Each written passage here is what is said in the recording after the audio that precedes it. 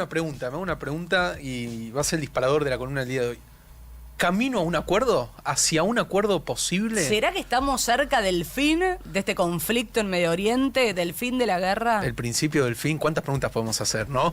Es increíble esto, Agus. Estamos a ya 68 días, 9 semanas, 5 días del inicio en aquel lejano 28 de febrero de los ataques israelo-estadounidenses contra suelo iraní. Y una situación que se disparó por todo el mundo, nos acordamos, todavía tenemos presente que estamos siguiendo como un electrocardiograma, el precio del petróleo sube, baja, que toca mínimos, que toca máximos, y al mismo tiempo el precio de la nafta en Argentina, en el mundo, todo es un caos.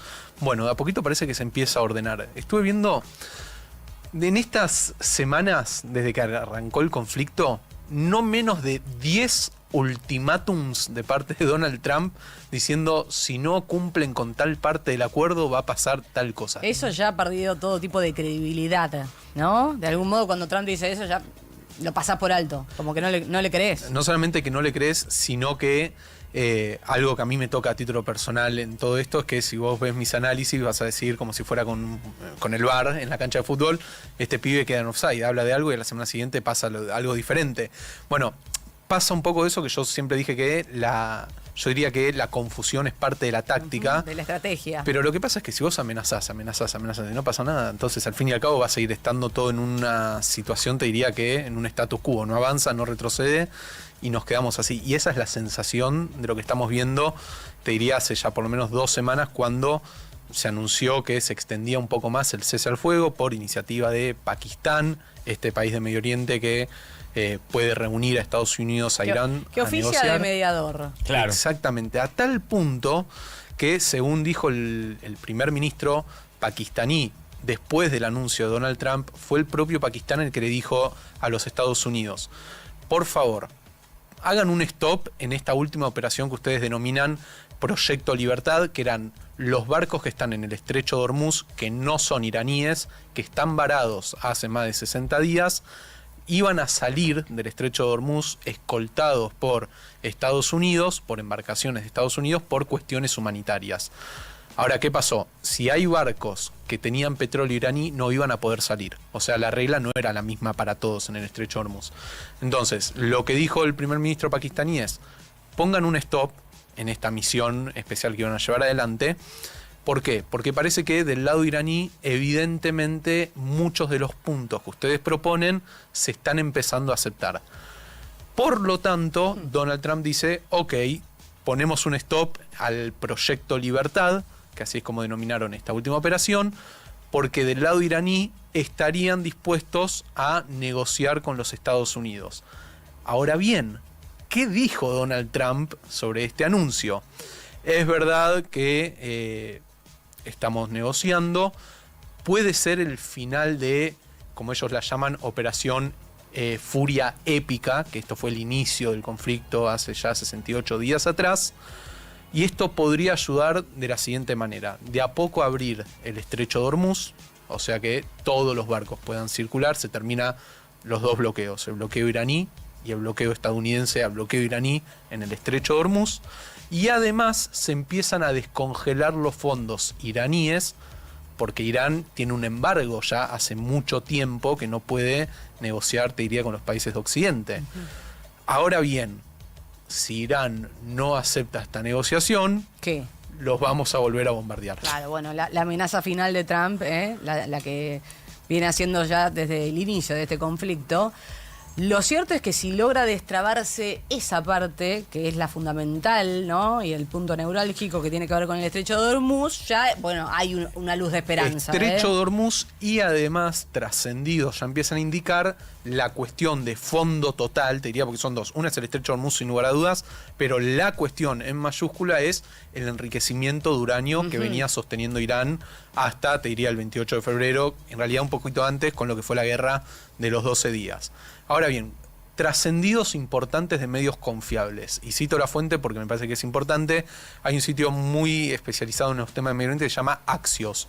Es casi siempre citado por todos los medios en el mundo y es una fuente seria. Bueno, uno de los periodistas de Axios dice que las negociaciones están hablando de que se congelaría el enriquecimiento de uranio por parte de Irán por lo menos por 12 años, con intenciones de extenderlo a 15 años con una pequeña cláusula que se guardaría Estados Unidos de si Irán rompe este acuerdo, entonces Estados Unidos no solamente puede volver a imponer el bloqueo a todas las cuentas de Irán, sino que también volver a atacar instalaciones nucleares en caso de que Irán no acceda a este acuerdo. O sea, lo que estamos viendo, si estos trascendidos son reales, es que finalmente lo que se está imponiendo es la visión norteamericana en la negociación con Irán y que de cierta manera esta visión fatalista que tenían muchos líderes perdió posición dentro de Irán con el ala negociadora, que le está diciendo al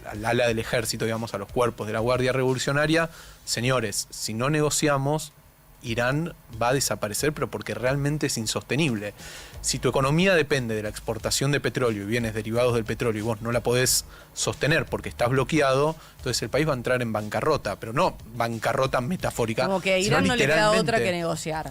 Claro. Y en definitiva la sensación, y sobre todo porque esto es de interés de Trump, es que Estados Unidos termina ganando, ¿no? En esa pulseada. Bueno, ahí también lo que pasa es que Irán va a decir, si ellos fueron por un cambio de régimen, si fueron por que desaparezca todo lo que venía haciendo Irán hasta el 28 de febrero y sin embargo varios de nosotros nos sostenemos de pie, entonces nosotros también ganamos. Los dos se van a sentir ganadores y creo que de cierta manera es una victoria pírrica, es una victoria que está bien, puede contrastarse con ciertos hechos, pero otros tantos te van a haber marcado una derrota.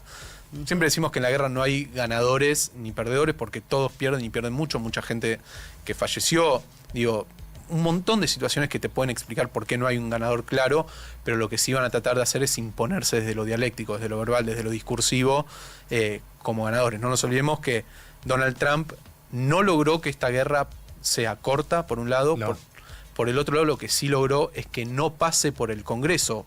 Por eso... ¿Y cómo logró eso? Porque hemos superado los días. Bueno, ¿vos cómo te imaginas que un presidente le dice al Congreso, señores, la guerra terminó? ¿Cómo te lo imaginarías? En un escenario serio, con un presidente que sigue los protocolos y demás.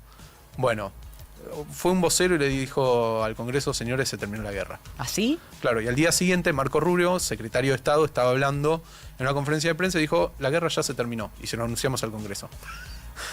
Real, y esto fue así. O sea, no nos sorprendamos porque es la manera de manejar la diplomacia. La poca diplomacia es también diplomacia de un presidente pero no que salieron a anunciar el fin de la guerra con bombos y platillos, como además. hubiera hecho si Claro. hubiera ganado. Es que, pará, te voy a decir algo más. Ayer en una conferencia de prensa de Marco Rubio, secretario de Estado norteamericano, un reportero le dice, si la guerra terminó, ¿por qué el bloqueo sigue?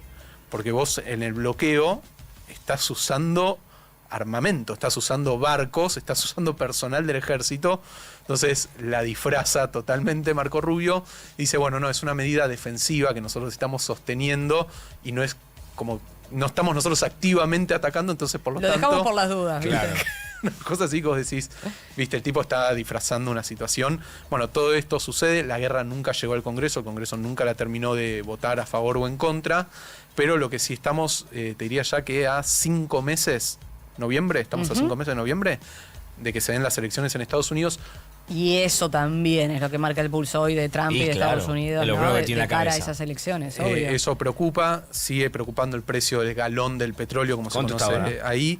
En diferentes lugares está todavía arriba de $4. 4 ya es un número que por lo general a los presidentes no les cae nada bien. Arriba de 4, Es un montón. imagínate, todo depende también de si Texas, por ejemplo, que es productor de petróleo, tiene el petróleo mucho más barato que California. California históricamente fue mucho más alto que en otras ciudades. Miami, Miami, Florida en realidad como estado, también cuando yo fui el año pasado estaba $2, $2.50.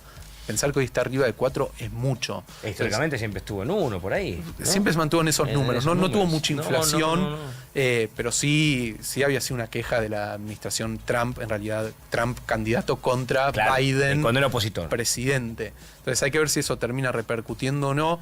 Hubo algunas cuestiones electorales que otro día vamos a profundizar, que puede llegar a cambiar el escenario electoral en noviembre. Pero verdaderamente, ¿cómo llega posicionado Trump a esas elecciones? Bueno, yo te diría que con la foto de hoy, ¿no? Digo, porque puede variar de aquí Y a va a variar, noviembre. y va a variar. Pueden pasar muchísimas cosas más que la imagen de Trump ascienda, sume puntos, pero parecería que quedó un poquito debilitado, ¿no? Quedó debilitado, quedó criticado no solamente por los demócratas, sino también puertas para adentro por el propio partido republicano.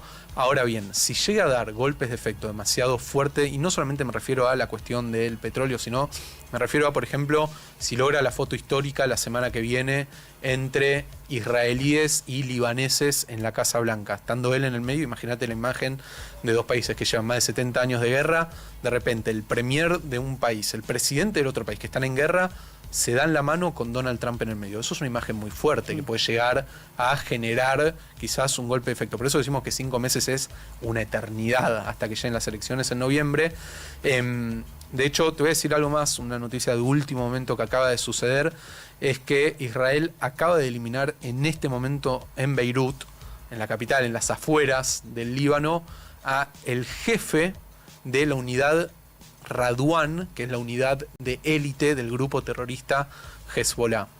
Esto también se lee en dos claves. Por un lado, este constante enfrentamiento entre Israel y Hezbollah, pese a un cese al fuego que fue claramente violado infinita cantidad de veces. Y también me parece que un mensaje al gobierno libanés de, si ustedes se animan a dar el paso de normalizar con nosotros, de tener entendimientos, nosotros los vamos a ayudar también en la lucha contra Hezbollah. Y de esto también habló el secretario de Estado norteamericano ayer. Estados Unidos está muy inmiscuido en tratar de lograr acuerdos que hay que ver si son frágiles o si son duraderos. Los últimos acuerdos que se dieron en Medio Oriente, estos conocidos como los acuerdos de Abraham, esta paz que se dio entre el mundo árabe e Israel, se sostuvieron a pesar de los varios enfrentamientos. Pero la realidad es que ahora, yo te diría, lo más importante a ver es la guerra de imágenes, y no me refiero a si fueron editadas con inteligencia artificial o la fake news, me refiero a la imagen que va a querer transmitir la política en Irán, la política en Estados Unidos, la política en Israel y en el Líbano, para ver si realmente estamos frente a un cese final de los microconflictos o de las muchas guerras que se abrieron a partir de la guerra de Irán contra Estados Unidos e Israel. Es que puede cesar, me parece, tengo la sensación, este momento, pero hay esos problemas étnicos que vienen de tantos años, yo no sé si alguna vez van a terminar. Bueno, nosotros tenemos que creer y tenemos que abogar porque la paz realmente suceda y sí, ojalá que eso puede ser posible. Yo por naturaleza diría que soy un optimista a pesar del horror de lo que nos toca ver, pero es una realidad, hay mucho odio infundado. Muchos años, muchos siglos de odio. Y ojalá que esto pueda terminar. Yo no sé cómo va a terminar, pero que va a terminar, de alguna manera va a tener que terminar. Y me gustaría, te diría que cerrar con esto. ¿Qué pasa si en las próximas 48 horas, como están trascendiendo, no hay un acuerdo? ¿Vamos a volver de nuevo a foja cero como fue el 28 de febrero?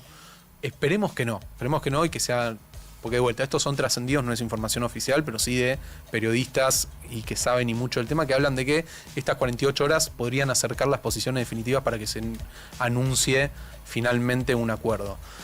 Y algo más, llegamos a un acuerdo, ok, se firmó, listo, se terminan las hostilidades.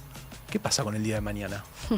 ¿Qué va a pasar el día de mañana? ¿Cómo sigue la realidad de los iraníes en Irán? ¿Cómo sigue la realidad en el mundo con el precio del petróleo desplomándose?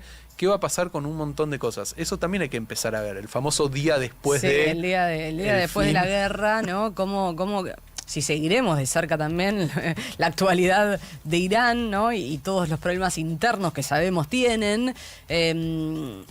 Y Trump que seguirá con sus objetivos. No sé cuál será el próximo, ¿no? Y Cuba. Pero Cuba. Estamos todos esperando que todos los capítulo Cuba. Lo que sigue para Ilan Bushney. Es que yo hubiera empezado antes capítulo Cuba si hubiera terminado antes este problema con Irán. Exactamente. Cuba me parece que es lo que sigue. Lo están mirando. Es terrible lo que pasa en Cuba. Y perdón, es una crisis humanitaria. Ayer veí imágenes de Varadero. Es una ciudad fantasma. Y fue la segunda ciudad turística en un momento de todo el Caribe. Es una ciudad fantasma, Varadero. Mira, te voy a cerrar con... Es terrible, es muy triste. Estuve viendo antes de ayer a un youtuber, pero yo me gusta seguir las noticias, ¿no? Un viajero que llegó a Cuba y mostraba la realidad de Cuba. No hay medicina, no hay alimentos. Largas filas, decía una persona que se llevaba 3 panes de una panadería. Decía, ¿cuánto tiempo estuviste? Dijo, 4 horas. 4 horas haciendo fila para llevarse 3 panes. No hay nafta, hay un mercado negro en dólares de nafta. Y según dice el youtuber, dice el salario mínimo o el salario promedio en Cuba son $10. Suponete que le elegimos creer. Cuando muestra un supermercado que no son de los supermercados oficiales, sino a los que accede la gente más pudiente, un shampoo, $5. O sea, sería medio sueldo. Hay una crisis imposible vivir así. Gravísima, realmente Trump grave. va a querer intervenir y hacer lo mismo que hizo con Venezuela, ¿no? Con Cuba. 14